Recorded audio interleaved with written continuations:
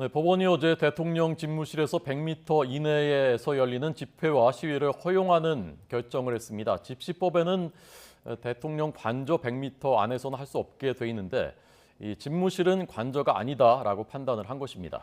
용산 대통령실 집무실 주변이 집회 시위 주요 장소가 될 가능성이 커지고 있어서 경찰이 고심하고 있습니다. 현장에 취재 기자 나가 있습니다. 김혜린 기자. 네, 서울 용산구 대통령 집무실 인근에 나와 있습니다. 네, 집무실 인근에서 크고 작은 집회가 이어질 걸로 보이는데 주로 어느 곳에서 진행되는 겁니까? 네, 제 뒤로 보이는 건물이 새로운 대통령 집무실이 마련된 곳입니다. 그 앞으로 도로가 길게 나 있고 도로를 따라가면은 삼각지역 13번 출구, 그리고 그 맞은편이 전쟁기념관입니다. 지금까지는 삼각지역 13번 출구와 전쟁기념관 앞에서 주로 집회 시위가 진행됐는데요. 앞으로는 집회 시위가 새로운 대통령 집무실에 한층 가까워질 전망입니다.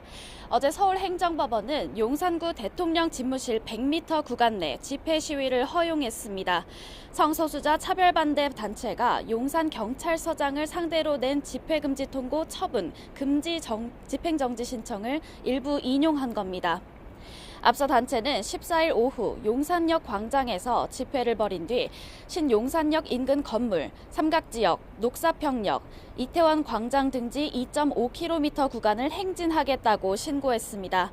경찰은 대통령 관저 100m 이내 5개 집회를 금지하는 현행 집회 시위법에 따라 집무실도 관저에 포함된다고 보고 집회 금지 통고를 했는데요.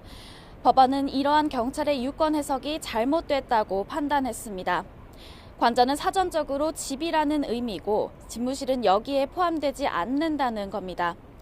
새 정부가 출범하면서 앞으로 용산에서 크고 작은 집회가 이어질 것으로 보이는데요. 대통령 집무실 100m 이내 집회 시위가 허용되면서 경찰의 대통령 경호, 경비에도 추가 대책이 필요할 수밖에 없어졌습니다. 경찰은 이번 법원 결정이 본안 판결이 아니라 재판 결과가 나올 때까지 한시적으로 적용되는 집행정지 결정이기 때문에 앞으로 진행될 본안 소송을 지켜보겠다는 입장인데요. 다만 앞서 개최를 금지했던 다른 집회들에 대해서도 금지 통고 철회 여부를 검토하고 있습니다.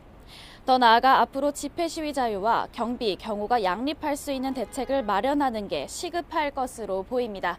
지금까지 서울 용산구 대통령 집무실 인근에서 YTN 김혜린입니다.